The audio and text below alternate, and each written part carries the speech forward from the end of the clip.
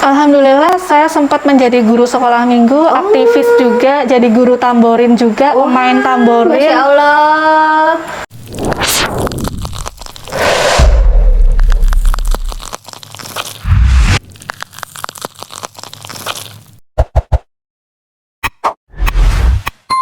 Mulai ya.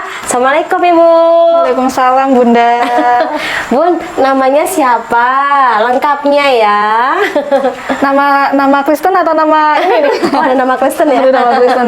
Namanya yang nama Kristennya siapa? Ada nama Elizabethnya. Oh, tapi kan itu baptisnya sudah ya? baptis, tapi sudah lama terbuang kan.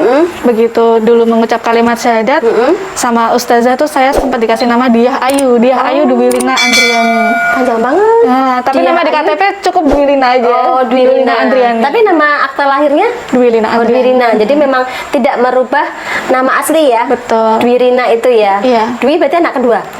Harusnya ya. Ini anak ketiga. Oh, malah anak ketiga. Jadi harus Tri Rina harusnya ya. Harusnya seperti Masya Allah. Jadi saya panggilnya apa Mbak Dwi? Apa Mbak Rina? Rina aja. Mbak Rina ya. Mbak Rina, apa namanya, kita memang belum pernah ketemu dan alhamdulillah qadarullah kita bisa ketemu walaupun dengan situasi seperti ini, dalam arti apa namanya ya, sudah malam, pasti kita sudah sama-sama capek, tapi alhamdulillah Mbak Rina mau berbagi kisah hijrahnya kepada sahabat Arkom semua. Jadi Mbak Rina mau tanya nih, Mbak Rina dulu kan Kristen, kemudian sekarang sudah menjadi seorang Muslim. Itu dari tahun berapa jadi Muslimnya? Kalau secara struktural, secara negara, saya menjadi seorang mualaf itu tahun 2010. 2010 berarti 10 tahun yang lalu ya. Ya. Itu karena apa? Tidak bisa dipungkiri, hidayah seseorang itu dari bermacam-macam. Saya tidak bisa mengingkari ya kalau saya saya menjadi seorang muslimah itu ketika saya menikah dengan mantan suami saya. Oke. Meskipun yang menjadi imam saya tidak bisa kita jadikan panutan seperti itu. Jadi tetap semangat. Ya. betul. Jangan di awal udah nangis dong. Ya itu kan masa lalu ya. Betul. Masa lalu tuh nggak bisa kita hapus.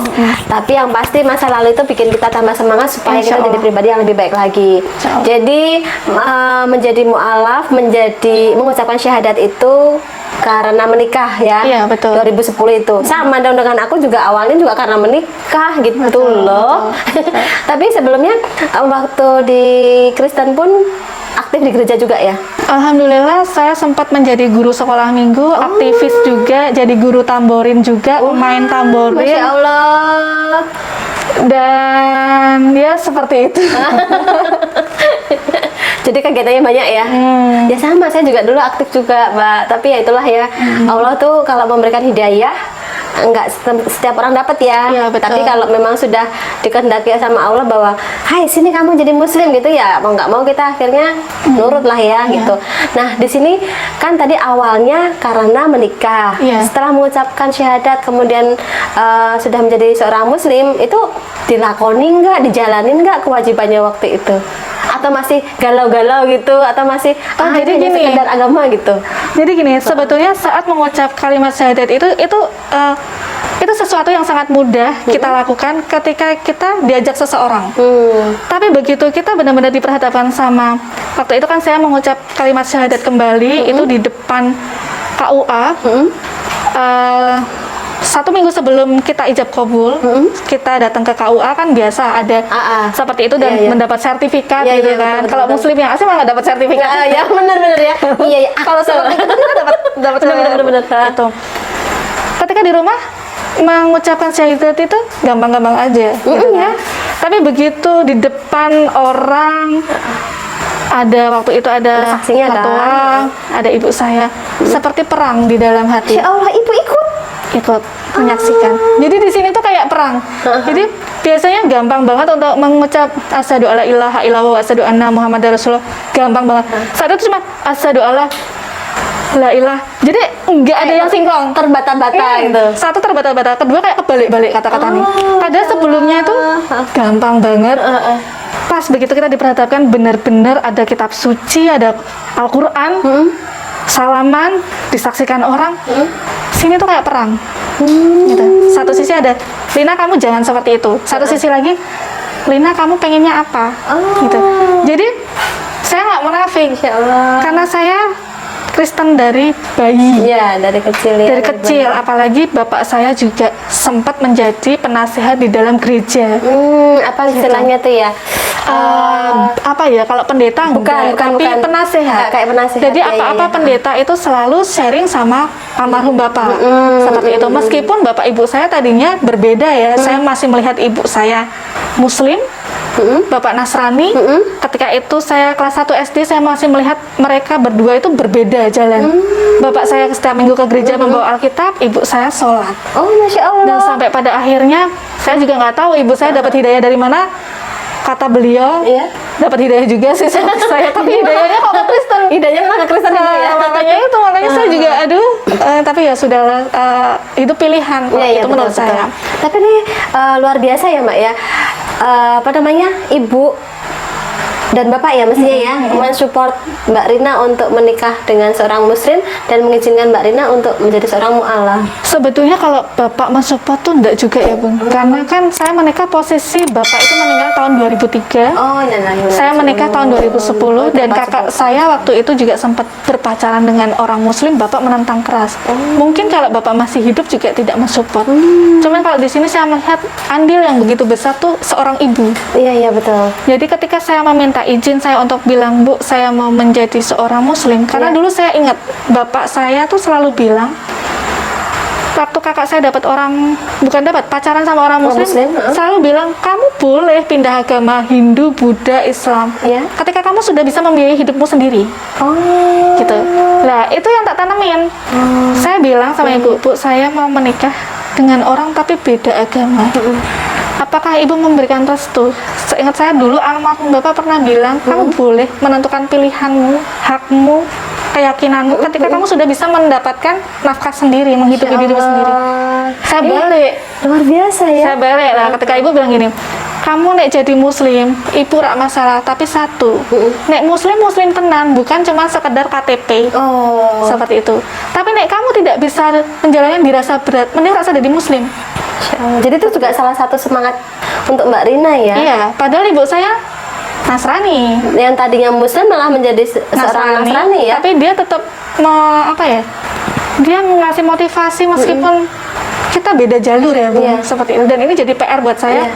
gimana caranya mengembalikan ibu saya ke muslim kembali. Insya Allah. Gitu, meskipun nggak mudah sih. Iya. Terus setelah menikah ya, ini berarti kan support dari orang tua memang bapak sudah nggak ada ya almarhum, kemudian ibu juga memberikan support. Tapi dengan syarat bahwa Mbak Rina harus sungguh-sungguh Betul. menjadi seorang muslim. Nah, setelah menikah dengan bapaknya anak-anak, itu apakah memang langsung mengikuti semua? Karena kan tadi dilihat bahwa Mbak Rina itu aktivis di gereja. Pasti saya yakin itu banyak sekali omongan yang kurang baik ya, ataupun nggak nyaman buat kita. Karena dulu kita kan aktivis. Setelah itu tiba-tiba kita jadi seorang muslim. Apakah dengan mudahnya untuk Mbak Rina itu waktu itu? Jadi gini, Bun, saya tipe orang cuek, gitu. Orang mau ngomong saya apa di belakang saya nggak masalah, terserah itu hak kamu. Yang penting dalam hidup saya nggak ganggu orang, tolong juga jangan ganggu privasi saya, gitu. Sampai kalau ngomong itu di depan saya, baru saya bisa sanggah. Tapi kalau dia mau ngerasani saya yang bergeming-geming gitu, masa bodoh, gitu. Dan alhamdulillah begitu kami menikah, sampai dengan tahun 2016, saya menjalankan semua sunnah-sunnah. Masya Allah. Gitu. Jadi saya apalagi waktu saya keguguran kakaknya Azam, saya lemah kandungan. Iya. Itu Azam itu anugerah buat kami karena begitu saya habis keguguran, saya hamil lagi Azam. Itu saya nonstop tahajud. Iya. Saya cuma seperti ini. Ya Allah, kalau memang ini rezeki buat saya, tolong mudahkan semuanya. Gitu. Jawaban dari tahajud itu saya enggak pernah flag, enggak pernah apa. Dan benar-benar Azam itu lahir sampai mantan suami saya kan orang kaya, Bu. Saya orang sederhana. Tapi kami demi Allah, demi Rasulullah tidak pernah yang namanya dimodalin sama mertua ataupun kalau rumah ini dimodalin sama ibu, pinjam sertifikat, saya angsur gitu kan. Jadi anak kami lahir yang namanya Azam yang sekarang besar itu membawa rezeki sendiri buat kami. Dan di situ saya mikir, ya Allah, ternyata tuh bener. Gitu, kuasanya Gusti Allah tuh memang bener. Dari saya rumah kandungan, Azam itu 2 bulan saya hamil. Ya. Di USG nggak kelihatan janinnya. Dan dikasih kesempatan sama dokter 1 minggu, kalau tetap nggak ada perkembangan harus dikuret. Saya cuma nangis berdua sama mantan suami. Kita sholat bareng, kita tahajud, suami sempat juga puasa. Alhamdulillah selang 1 minggu kita ke rumah sakit, ternyata Kelihatan. janinnya tuh gede, sampai dokter sampai bilang, subhanallah, ini mukjizat Bu, ini mukjizat dari Allah. Saya belum pernah melihat kasus seperti ini, yang janin tidak berkembang 2 bulan harusnya sudah kelihatan gede, tidak kelihatan, tiba-tiba ini kelihatan. Masya Allah. Di situ saya menjadi, saya tidak salah, pilihan saya menjadi mualaf tidak salah, berarti ya ini jawaban. Jadi Azam lahir umur tahun berapa? Tahun 2012, tanggal 28 Mei 2012. Jadi setelah 2 tahun menikah itu Setelah 2 ya? tahun menikah, ya sebelumnya kan saya guguran terus Ya, dulu. tapi itu masih tetap bekerja? Masih bekerja. Masih bekerja. Gitu. Dan alhamdulillah begitu Azam, detik ada Azam lahir tuh, kami bisa membeli rumah ini, bisa membeli mobil, bisa membeli semuanya. Benar-benar berjuang dari nol, kami berdua. Oh, luar Seperti itu. biasanya ya? Yang notabene suami hanya honorer, yang orang matematika tuh jelas nggak mungkin banget. Dan saya statusnya masih karyawan kontrak. Iya. Penghasilan saya di bawah 2 juta waktu itu. Jadi kalau di logika matematika Nggak masuk ya, nggak masuk ya. Tapi karena matematikanya Allah, jadi Iya, kita nggak betul. tahu ya. Betul. Masya Allah. Benar banget.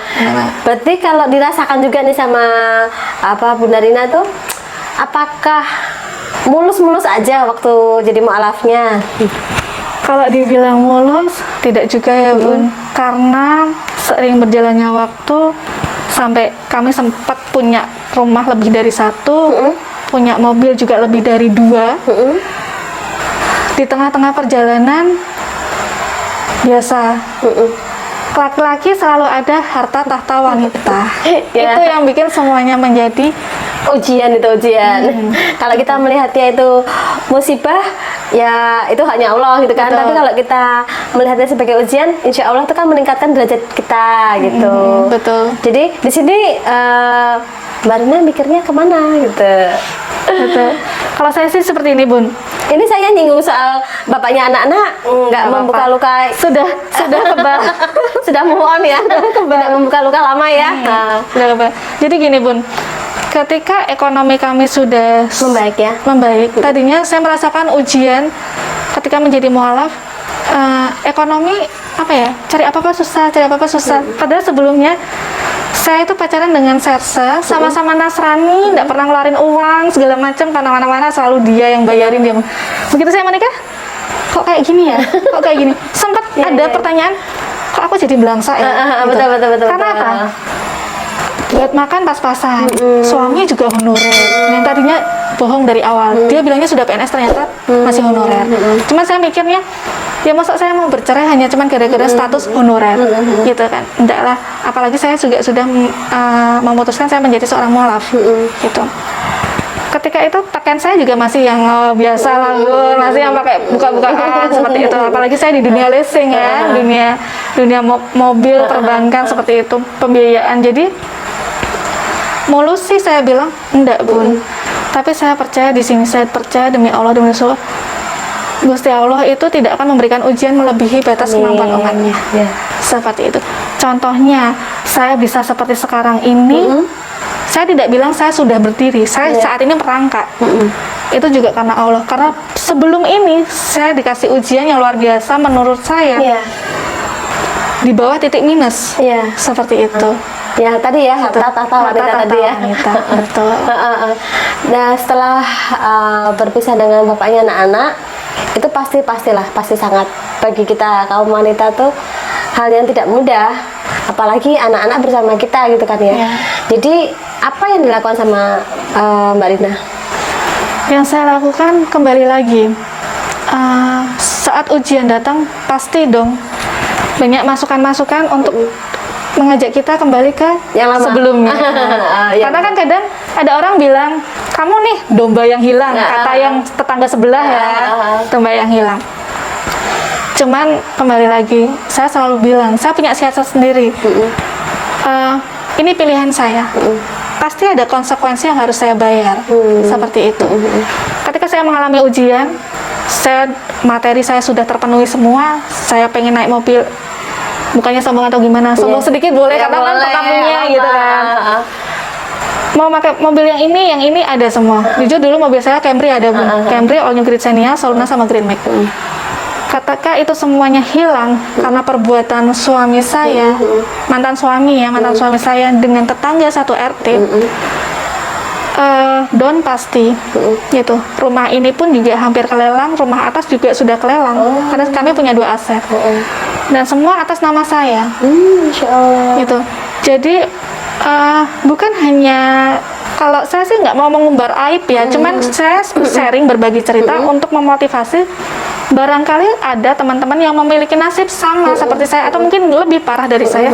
Jangan khawatir, itu bukan aib, tapi untuk motivasi kita, gitu kan. Itulah cara Gusti Allah. Kalau kamu cinta sama Allah, tapi kamu pengen dapatnya AC, pengen dapatnya TV, ya wes, ya dapatnya itu. Ini sama tetangga sebelah, ya udah ikut, gitu. Tapi kalau kamu pengen surga, ya kamu harus siap dengan air mata perjuangan, pasti, gitu.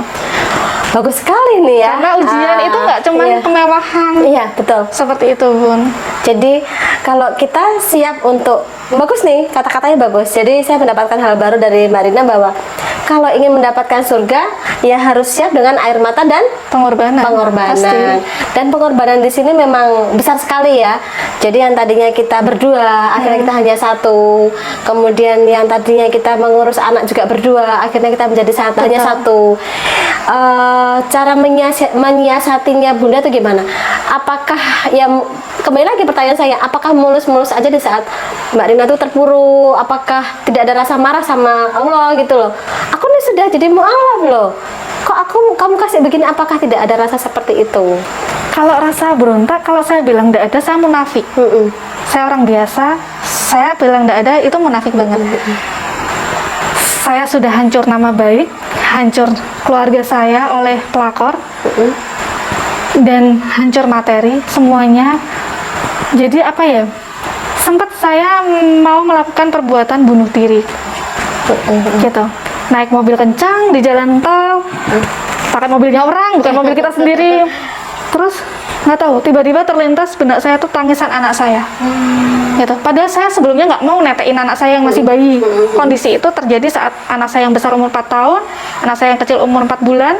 Masih butuh ya. Tahun 2016, habis saya ngelahirin, tepatnya di tanggal 28 Mei. Saya melihat kejadian semuanya, yang tadinya saya nggak tahu ujian apa, mulai dari ekonomi kami amblok kembali dan segala macam. Saya cuman waktu itu ada seperti yang saya pernah sharing gitu kan sama Bunda, pembantu saya selalu bangunin saya di tengah sepertiga malam, jam 2, Bu bangun tahajud, Bu bangun tahajud. Saya cuma minta seperti ini, ya Allah, sebenarnya apa yang terjadi dalam rumah tangga kami, tunjukkan segamblang-gamblangnya, dan beri saya kekuatan untuk bisa menghadapi ketegaran, gitu. 7 tahun kami menikah, saya tidak pernah yang namanya buka tas suami, itu nggak pernah. Tas kerja suami nggak pernah, buka dompet nggak pernah. Waktu itu habis sholat duha, saya pagi harinya kan saya itu ya, suami kan sedang di kantor, nggak pulang rumah, saya samperin, pulang sampai rumah dia tidur. Saya duha, saya lihat ada tas, kayak ada yang mendorong. Harus buka tas itu, sampai akhirnya saya menemukan kenyataan pahit, bukti-bukti semuanya. Gitu. Ya, itulah pokoknya nggak bilang ini. Terus sampai akhirnya saya memutuskan saya masih menerima dia kembali dengan posisi dia kere, tidak punya apa-apa, dan kami bertumpuk-tumpuk hutang sampai 1 M. Masya Allah. Posisi 1 M itu barang-barang kami sudah bukan beberapa ya, semuanya sudah hilang. Sudah habis ya? Habis, tinggal rumah ini masih di top up. Jadi isinya hutang-hutang semua, Bun. Sampai saya tidak ada motor, nggak ada mobil satupun. Gitu. Jadi, dan saya masih menerima suami cuma demi anak. Seperti itu.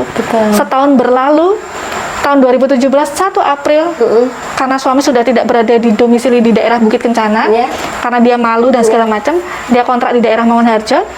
Ketika saya pergi kembali, hancur sudah ya, masih menemukan dengan wanita yang sama, Bun. Di situ saya langsung ya Allah apa meneh iki ya Iya, Allah gitu. Saya cuman sebelum saya menemukan hal tersebut, saya selalu dalam doa saya bilang, ya Allah tunjukkan sama saya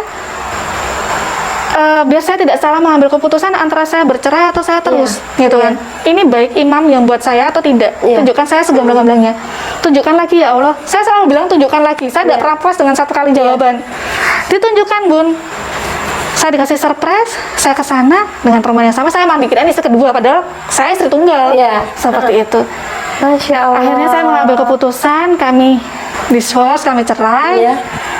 Ketika saya sudah bercerai sama dia, saya mengalami titik-titik di masa di bawah minus sekali. Ya, pasti. Tidak ada motor buat berangkat kerja. Akhirnya ibu saya repotin lagi. Dia menjual kalungnya untuk DP motor saya, motor Vario waktu itu. Angsuran 600.000, ambil 3 tahun, DP 2 juta. Waktu itu saya mengalami anak saya minta roti tawar. Mi, aku beliin roti tawar. Seorang ibu, kalau diminta sama anaknya, anak minta roti tawar, dan ini nyata, benar-benar nyata. Saat itu saya tidak mau membeliin Bun. Masya Allah. Karena di situ masih tanggal 15, gajian saya tanggal 27, uang saya tinggal 10.000. Anak saya minta roti tawar, saya cuma bilang gini, tunggu Umi punya uang ya Nang. Jadi yang tadinya saya mau beli apa aja gampang. Soalnya saya orangnya boros. Terpuruknya benar-benar terpuruk. Tidak ada perhiasan, semental perhiasan tuh tidak ada. BPKB juga tidak ada. Sertifikat di bank. Mau minta sama ibu malu. Dan saya tinggalnya di ibu karena rumah ini saya kosongkan, saya kontrakin, saya kosongkan, saya benar-benar kecewa. Saya cuma bilang gini sama Gusti Allah, ya Allah, kayak gini toh, ikut kamu tuh kayak gini. Saya sempat dalam hati saya bilang, saya enggak mau sholat. Saya sempat enggak sholat itu 3 bulan. Ya karena kita seperti rasanya tuh jengkel. Ya betul, saya bisa memahami. Saya enggak sholat 3 bulan. Saya kalau kecuali ke kantor masih pakai hijab, tapi keluar kelas saya enggak pakai hijab. Ibu saya selalu negur, kamu pakai hijab kok kayak kulkas, buka tutup. Yes, bento Bu. Apa yang perlu tak buat Ibu? Saya menjadi Kristen, tidak pernah saya dibikin susah sama orang. Saya menjadi mualaf, orang yang memualafkan saya membuat saya susah, hancur sermuk-remuknya. Terus apik kayak gitu. Ibu selalu bilang apik, padahal beliau Nasrani, tapi dia selalu memotivasi, kamu sudah apa janji Ibu apa dari awal? Harus sungguh-sungguh. Kalau kamu sudah memutuskan Muslim, ya wes, jangan sampai kamu belok-belok, apapun konsekuensinya. Seperti itu. Sampai akhirnya saya ketemu ustazah siapa ya, saya lupa, yang di Banyumanik. Saya bilang semua saya kekecewaan saya, Bu, saya kecewa seperti ini. Saya tidak mau menjadi Muslim lagi, gini. Tapi kamu masih pakai hijab nak kesini, berarti kan kamu masih Muslim. Iya Bu, tapi aku jengkel. Itu manusiawi kan. Makanya saya bilang, kalau saya bilang saya tidak kecewa, munafik. Saya kecewa. Saya tetap tidak mau sholat. Keterpurukan itu pasti selalu ada. Saya bilang, Bu, tambah kayak gini ya. Ibu cuma bilang ikhlas no. Tadinya saya sering ke Banyumanik ke mertua, minta hak saya, minta uang saya 100 juta yang dibawa kabur sama mantan suami, kartu kredit, perhiasan, yang saya dapetin apa? Saya dibikin kayak keset Bun, kalau pengen tahu. Dibikin kayak keset, tidak ada ajine. Anak saya juga tidak dipeduliin juga. Padahal mertua saya, kalau dibilang orang biasa enggak, kaya. Dia penilik sekolah sama kepala sekolah. Masya Allah, kayak gitu ya. Jadi aku sampai, ya Allah, tetangga di sini yang tadinya Mbak Lina, asal boro-boro Bu, lewat toh. Iya. Jadi cibiran orang, jadi ini karena kesalahan suami kan. Cuman saya mikir gini, ya Allah, di kantor hampir tiap hari saya diparani sama debt collector untuk hutang-hutang saya. Sampai rumah diparani juga. Saya sampai tidak pernah ikut kegiatan aktivitas PKK segala macam hampir 1 tahun. Saya bilang, Bu, pindah rumah yuk Bu, kita ngontrak di mana. Tapi ibu saya selalu bilang, kamu tidak salah, kamu jangan pindah rumah, kamu udah punya rumah, pindah rumah. Daripada untuk pindah rumah, lebih untuk bayar angsuran. Tapi yang namanya orang kecewa ya Bu, kecewa. Saya sempat kembali merokok, karena saya dulu perokok keras. Saya berhenti merokok ketika mendapatkan suami saya. Saya kembali merokok ketika saya Depresi lagi. Depresi karena cerai. Padahal yang menggugat cerai saya karena saya sudah enek kan, nggak mau lagi sama dia. Ujian terus datang. Terus suatu ketika saya selalu kembali ke ustazah Banyumani. Dia bilang, "No, baca surat ini, baca Al-Fatihah." Selalu bilang seperti itu, baca Al-Fatihah menjelang maghrib. Saisomu, saakehmu. Ini yang akan menjadi penuntunmu. Meh kamu rak seneng meh apa? Baca. Kamu meh sedih, meh seneng, meh hatimu ndak di situ. Kamu sholat toh. Kata teman saya orang muslim yang benar-benar asli, dia bilang, orang kalau sholat ndak dari hati itu ndak diterima. Tapi ustazah ini beda. Iya. Dia bilang, kamu meh ndak dari hati, kamu yang penting sholat toh. Seperti yang menilai kan Allah. Betul. Waktu itu saya benar-benar, saya sholat, meskipun tidak dari hati ya, saya kecewa, karena saya sempat 3 bulan meninggalkan sholat. Saya sholat, tidak dari hati ya, lama-lama kan jadi dari hati. Karena kebiasaan. Ya. Udah, itu Saya ya. tahajud juga gitu, tahajud, tak kembaliin lagi, saya mulai tahajud lagi Bun. Dan di situ Bun, ya Allah Bun, kembali lagi nggak punya uang, selalu permasalahannya materi toh Bun. Karena saya bilang kembali lagi, Mi, aku beliin roti tawar lagi. Kemarin kan belum dibeliin. Iya. Ya Allah, Neng, kamu naik setiap minta kok Umi selalu tak di duit. Ada uang 20.000, Bun. 20.000. Di situ ada orang minta-minta. Bensinku ketip-ketip. Tak bagi. Yang 10.000 Buat beli bensin. tak buat beli bensin. Yang 10.000 tak kasih ke pengemis. Dan di situ saya mendapat keajaiban. Saya cuma nating tulus. Anakku roti nih ndak enak, ndak mau. Percuma kan tak beliin roti ndak enak. Malamnya saya ditelepon, Mbak Lina, besok saya mau masukin BPKB saya HRV, bisa dibantu? Oh Pak, bisa, sendiko dawu. Nah, Masya Allah. itu pertolongan dari Gusti Iya, Allah. iya. Saya proses, paginya, keesok harinya cair, saya dapat refund 8 juta. Anak saya langsung 8 juta itu sebetulnya nggak 8 juta, 11 juta. Cuman yang sisanya kan sudah saya kasih ke marketing, bagian-bagian kan, biasa kan. Terus yang 8 juta itu saya terima bersih. Dan di situ anak saya ajak ke medis, saya senangin, Mas kamu minta apa ya? Kembali lagi Bang, pertolongan Gusti Allah kan. Gitu, sampai akhirnya saya bermain jual beli mobil sampai seperti ini. Gitu. Jadi kalau kondisi sekarang sudah bahagia dengan situasi sekarang, sudah bisa melupakan apa? Kalau melupakan apa ya Bang? Itu proses ya. Proses, Tapi dalam arti kita sudah bangga dengan diri kita sendiri, sudah merasakan bahagia dengan diri kita sendiri, dan kita sudah kembali percaya diri dengan diri kita sendiri gitu loh. Iya, kalau yang jelas saya sudah merasakan pertolongan Gusti Allah dari materi ya, terutama ya dari materi, karena kita hidup kan tidak bisa dipungkiri materi.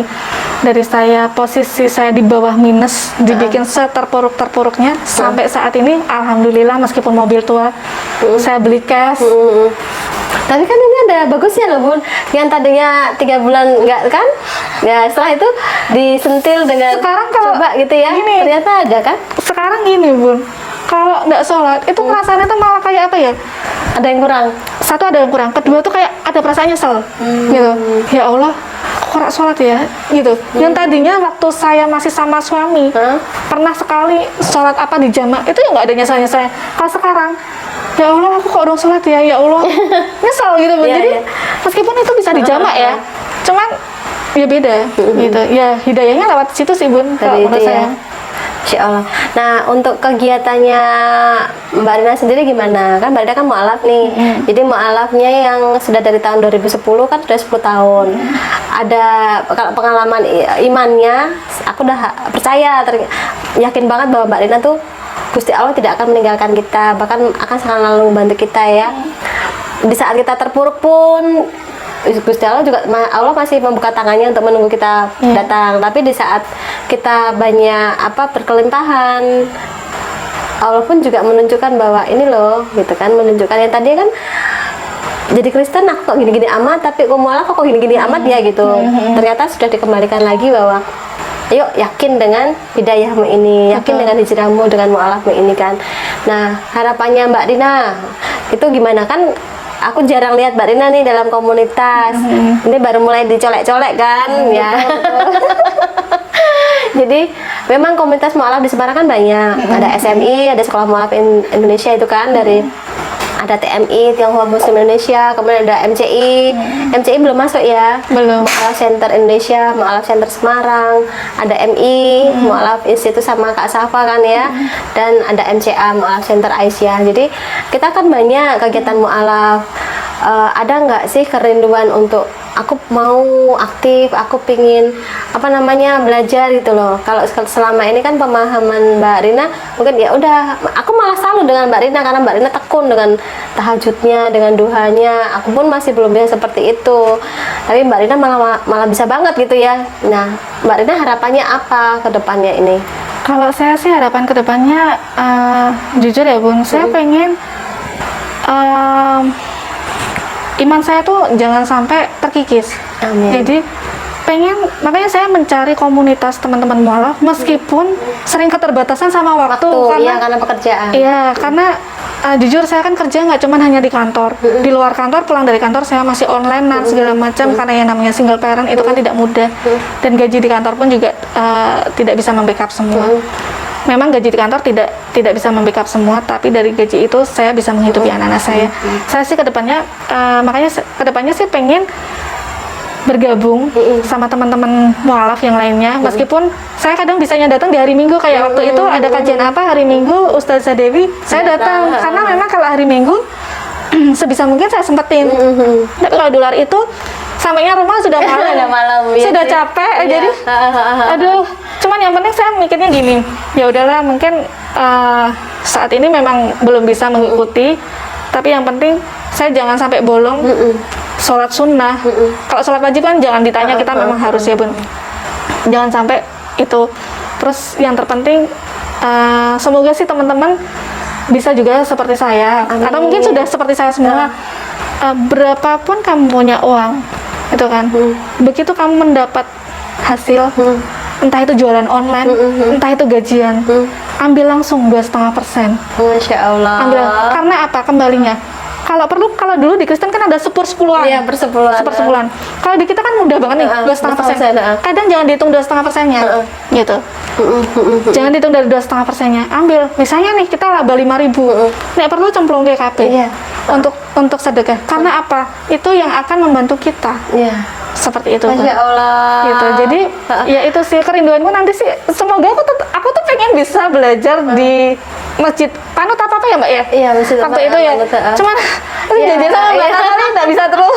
Apa pulangnya juga ini terus. Kalau kita mintanya sama Allah, insya Allah kan nanti akan dimudahkan juga. Saya pun dulu juga tidak bisa, bahkan mungkin apa sih kan gitu ya. Tapi alhamdulillah malah sekarang kalau nggak datang ataupun nggak terlibat malah ada yang kurang. Jadi saya pun berpikir ya udah, usia sudah bertambah terus, nggak mungkin lah kita seperti ini kan. Ya udah, saya harus mulai lebih banyak untuk bekerja. Istilah kalau zaman dulu kan lebih banyak bekerja di ladangnya Tuhan ya. Jadi supaya saya semakin yakin kalau aku sih gitu, supaya aku semakin yakin dengan hijrahku ini. Apalagi kan anak-anakku kan masih Kristen ya Mbak ya, dan mereka kan tinggal sama papahnya. Jadi kan aku hanya berdua sama suami yang ini kan. Waktuku banyak gitu kan, karena aku nggak mengurus anak, tapi memang aku juga masih ada tanggung jawab untuk ngasih uang jajan ya sama anak-anak. Jadi ya udahlah, nggak ada anak pun sama aku, jadi waktuku ya lebih banyak tak habiskan untuk berkegiatan sosial gitu. Kalau aku ada anak, mungkin hampir sama seperti Mbak Rina, lebih memprioritaskan anak kan. Iya, betul. Tapi ya kembali lagi seperti Mbak Rina bilang di cerita di awal, bahwa kita kalau lebih cinta kepada Allah gitu, akan dimudahkan semuanya. Tapi di saat kita mencintai manusia, ya mungkin ada kecewanya kan, gitu betul, ya. Betul. Nah, harapanku juga sih buat Mbak Rina, semoga Mbak Rina semakin istiqomah. Amin, kemudian masih pengen cari suami? Insya Allah Bun. Tapi juga masih agak-agak trauma sih, karena kemarin sempat juga mau menikah dengan seseorang, cuman begitu dia minta anak saya sudah langsung ilfil Bun. Jadi kan ini kan sepaket ya harusnya ya. Sepaket, betul. Ya intinya sih seperti ini, buat teman-teman semua, teman-teman mualaf ataupun yang masih belum mualaf tapi sudah melirik-lirik ke muslim nih. Ketika kamu sudah mengambil keputusan, jangan pernah kamu menoleh-noleh ke belakang. Amin. Karena yang namanya muslim itu saya bilang Jadi muslim itu tuh tidak mudah, tapi juga tidak sulit. Iya. Seperti itu, semua ada konsekuensinya. Dan kalau kamu pengen cari surga, ya di sini, di muslim ini. Amin ya Allah. Seperti itu. Masya Allah. Gitu. Jadi di sini sahabat Arkom, ingat kembali kata-kata, bukan kata-kata ya, tapi pesan dari Mbak Rina bahwa kalau ingin mendapatkan surga, nah ya di sini. Di mana Mbak? Di muslim. Di muslim.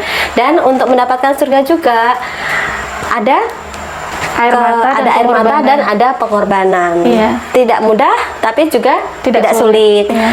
Jadi sahabat Arkom, mari kita doakan supaya ibunda dari Mbak Rina mendapatkan hidayah kembali menjadi seorang muslim dan anak-anak bisa tumbuh kembang sehat, ya Pak ya. Amin. Dilancarkan rezeki untuk Mbak Rina, dimudahkan semua urusannya, dan saya yakin sahabat Arkom juga akan mendoakan untuk kesuksesan Mbak Rina ke depannya. Amin. Baik Mbak Rina, terima kasih untuk banyak, waktu dan Bunda. kesempatannya pada hari ini. Semoga kita bisa ketemu di lain waktu dengan situasi yang lebih membahagiakan. Ini sekarang udah bahagia tapi lebih membahagiakan Amin. lagi.